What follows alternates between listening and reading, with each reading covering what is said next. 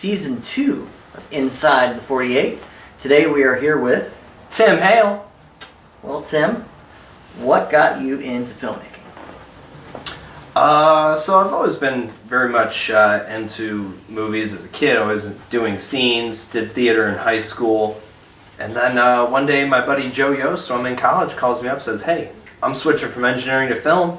Why don't you come on over?" And I was in hospitality at the time. I was like, you know what? I'll finish my degree and get into it. And then that's when I enrolled at Lorain County Community College's Techniques of Acting class, where I met Lewis, who's behind the camera right now. That's where I met him. And yeah, I've been acting ever since. Nice.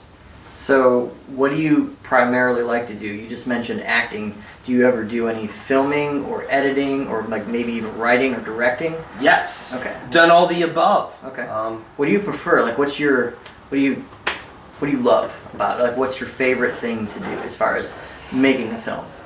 Favorite part of it? There's two answers. One is to have the most fun with the least amount of responsibility. In one way, being an actor. Mm-hmm. You can goof off, have fun, just worry about everybody else setting up the shot, worrying up when people show up, all that. That's all their deal. You could just, kind of have the most fun.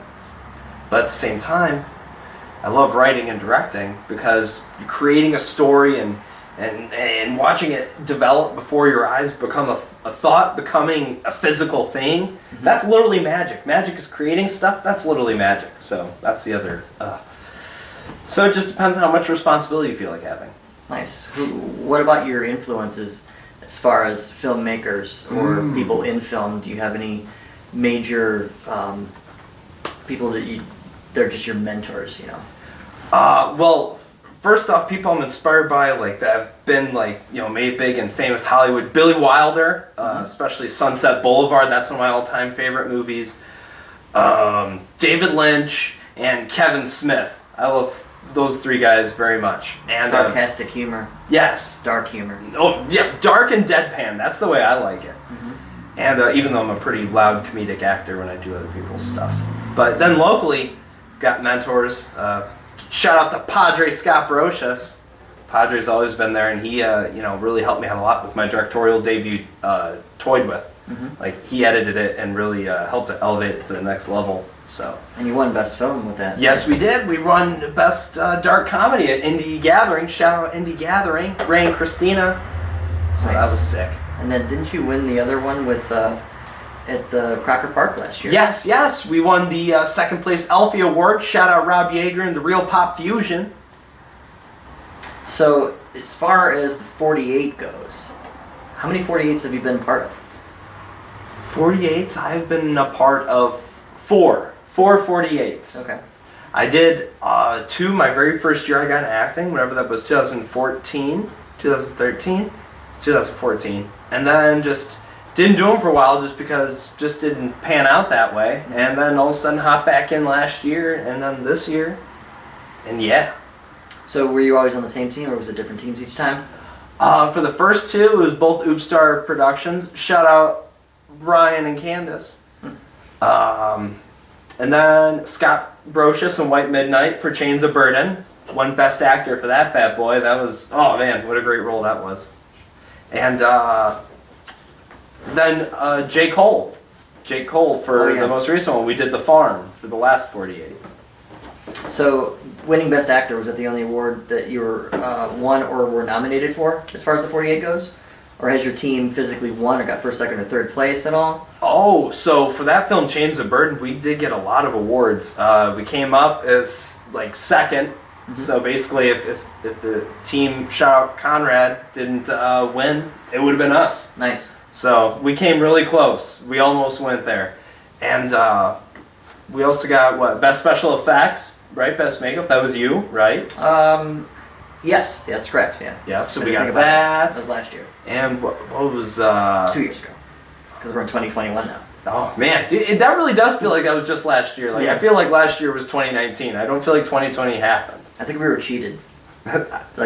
Film-wise. Mm-hmm. There wasn't a lot of mixers. There wasn't a lot of... Oh, man. The mixers were the best part. And, of course, when I move closer to where everything's happening, nothing's happening. Exactly. But that's okay. It'll be back. Clevewood's still rising. So have you ever gone to Filmapalooza, even though your team hasn't won? Have you ever made the trip to experience Filmapalooza at all? Oh, no, unfortunately I have not.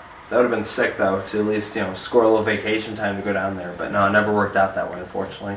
Would you go to one in the future? Oh, yeah, absolutely. I got to make it down there, especially, Well, it's all amazing. over. It's not really down there. It's over there. It's all over. Yeah, just, you know what it is. Whenever you're from anywhere, you say, oh, y'all from down there? Man, I'm from Northview. Yeah, you're from down there. Like, Yeah. That's always a thing, It's, So, as far as your 48s go, do you have a favorite out of those 4 that you've done? Like, which one are you the most proud of?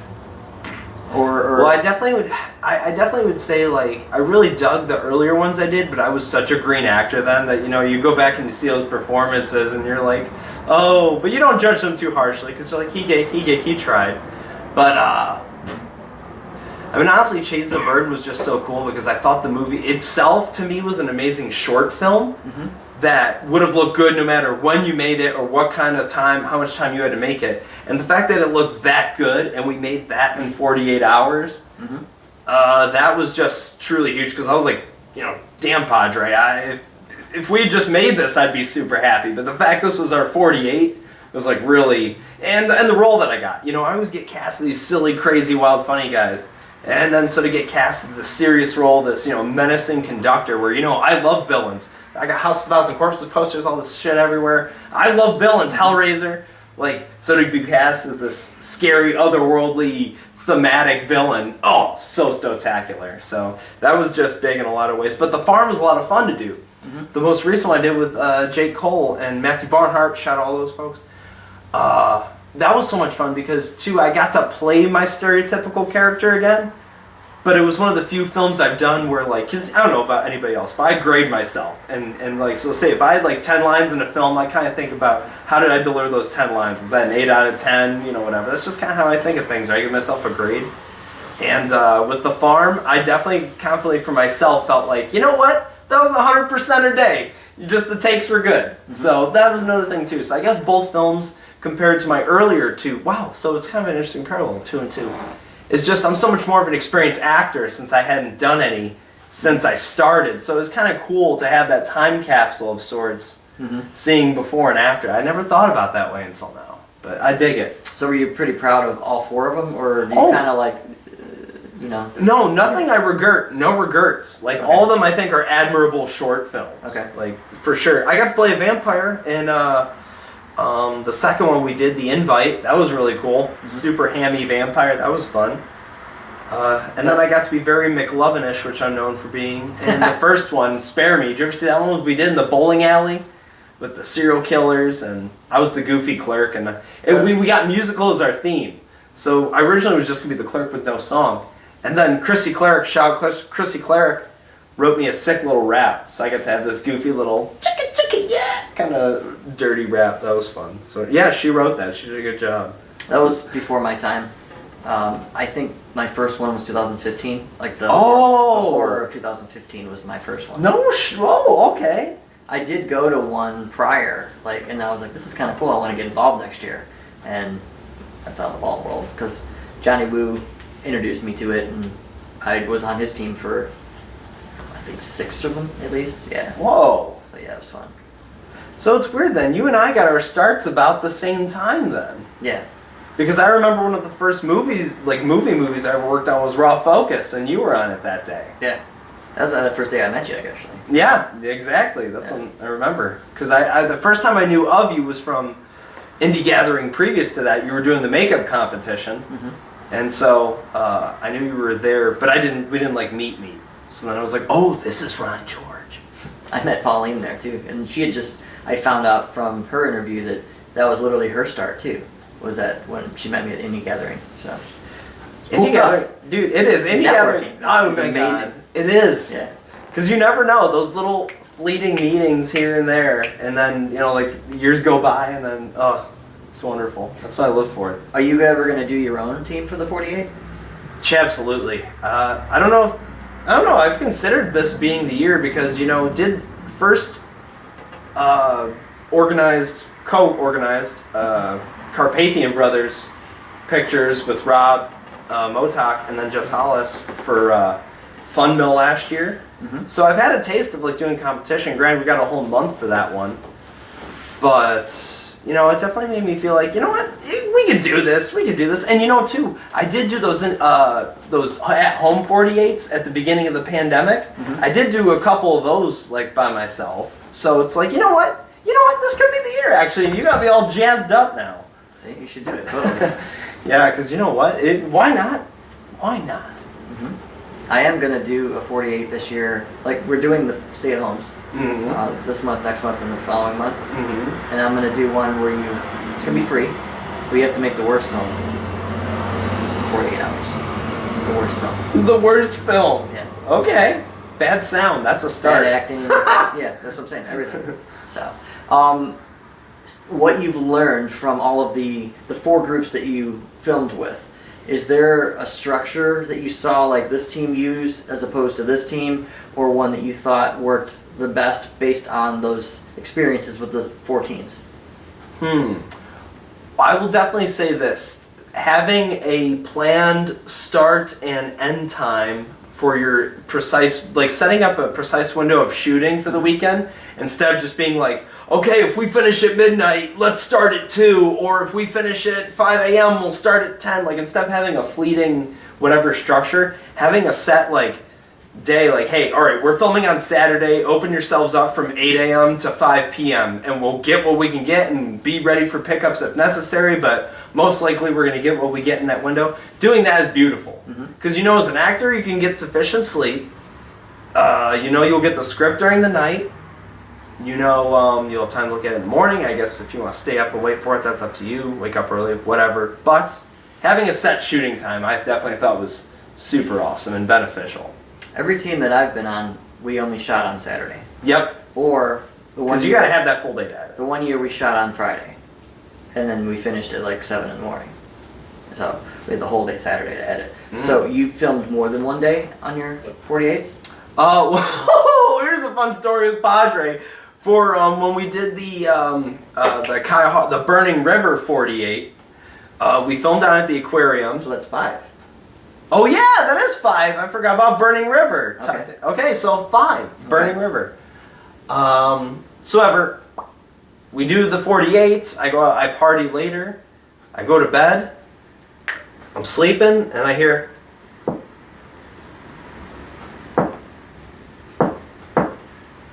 And I wake up, and I'm hearing things in my dream, and I wake up, and I'm like, am I being egged?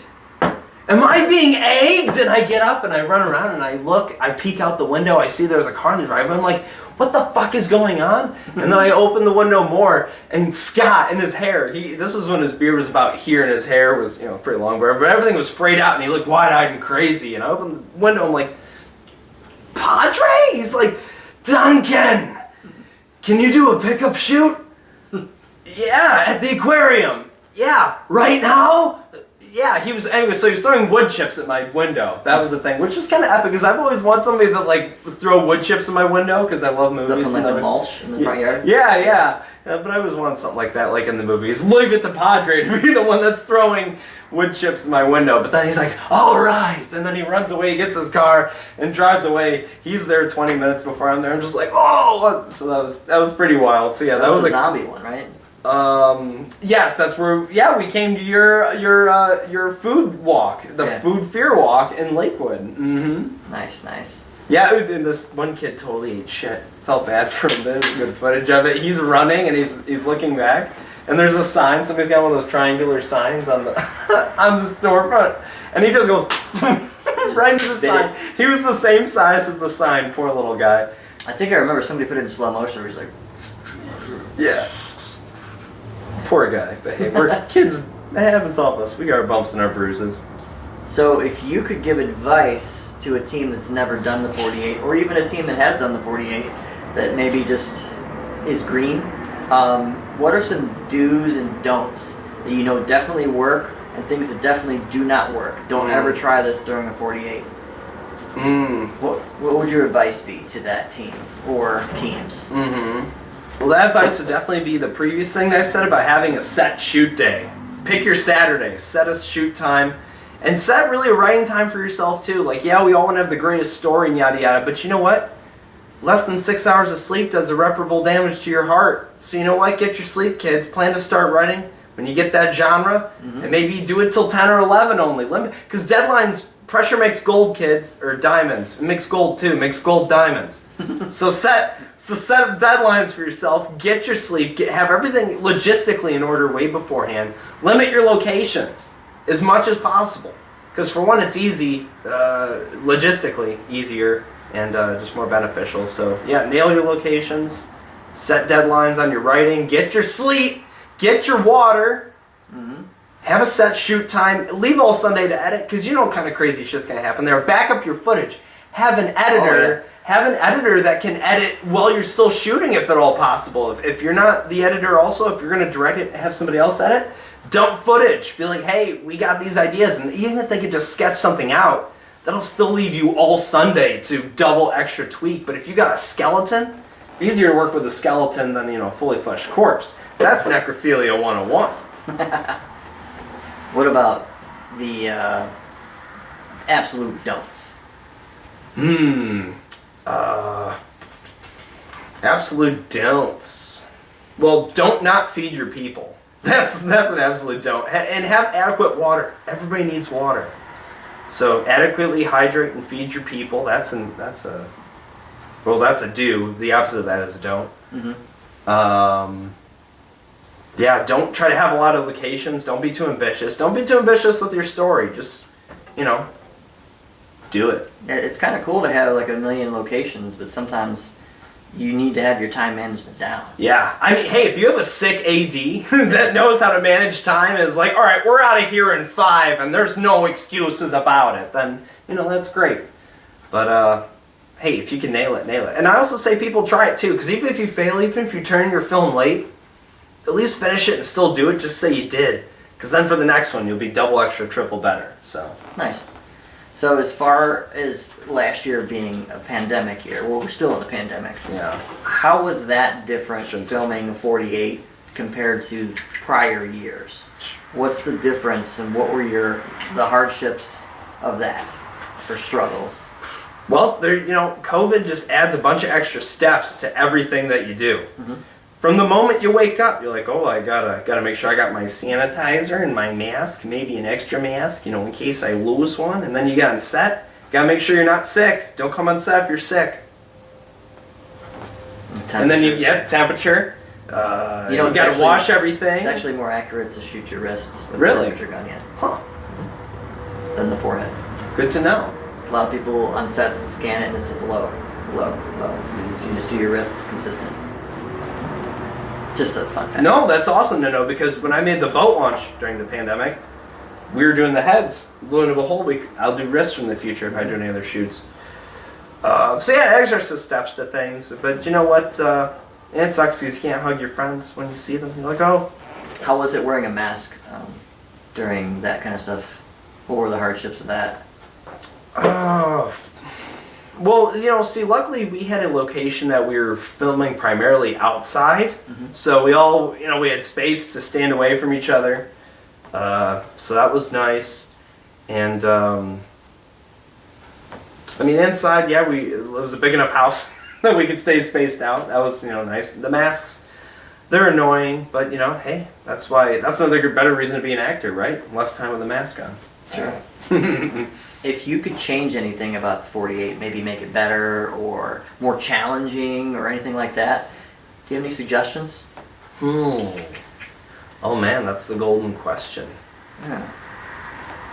Because add a snuff category to the 48. That could be in the horror.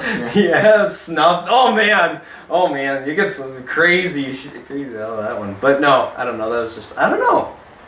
To make it more challenging, I think it really does. I wish there was a way to guarantee somebody didn't write their story, sketch it out, have an idea beforehand. Not that it matters, it's none of my business. You do it however you do it. Because if you have ideas and themes, that if you can appropriate it. But something about me just likes being inspired by the elements. Because I don't have much experience with writing 48s, only a couple times.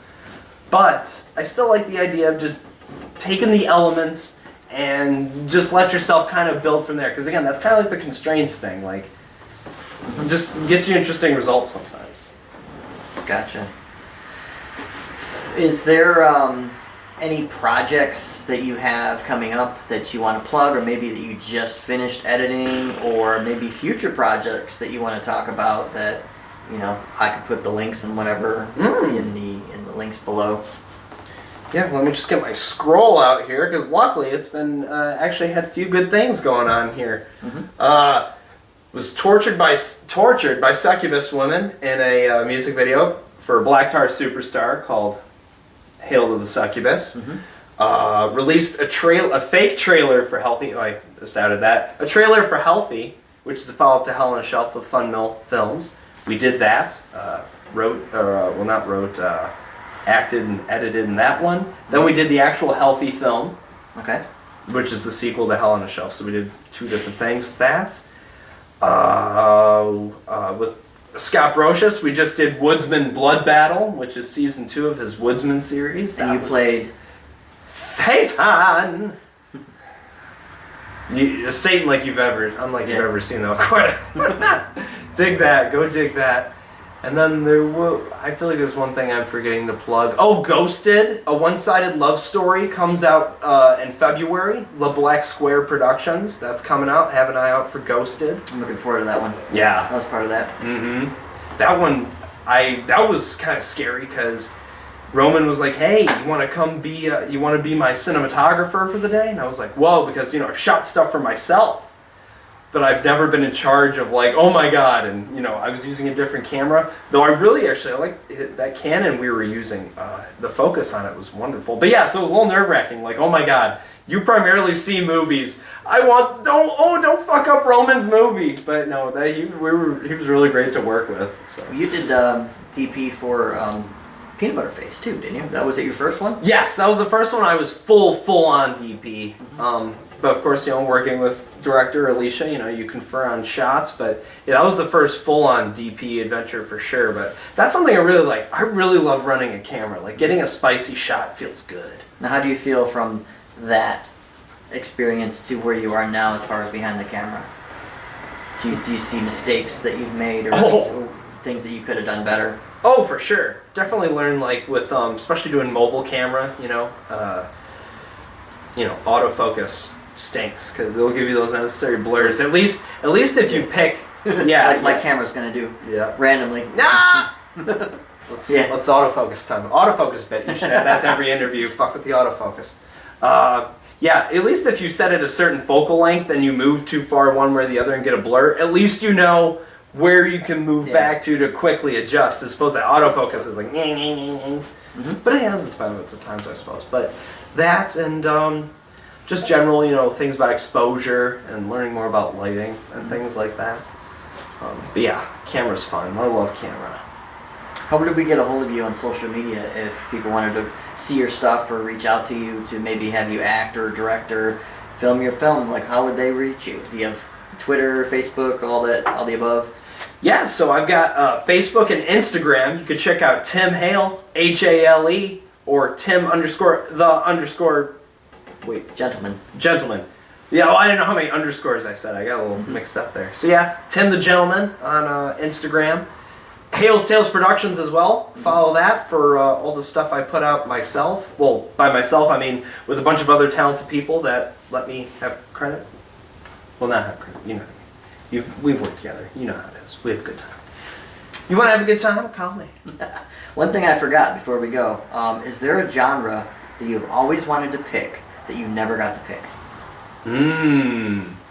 Yeah, geez, which ones have we got that I never got before? Because you see the list and you're like, I hope we get that one, Yeah, honestly, I think silent film. I haven't gotten silent film yet, and that would be awesome because, well, for one, you don't have to worry about sound issues. That's always wonderful.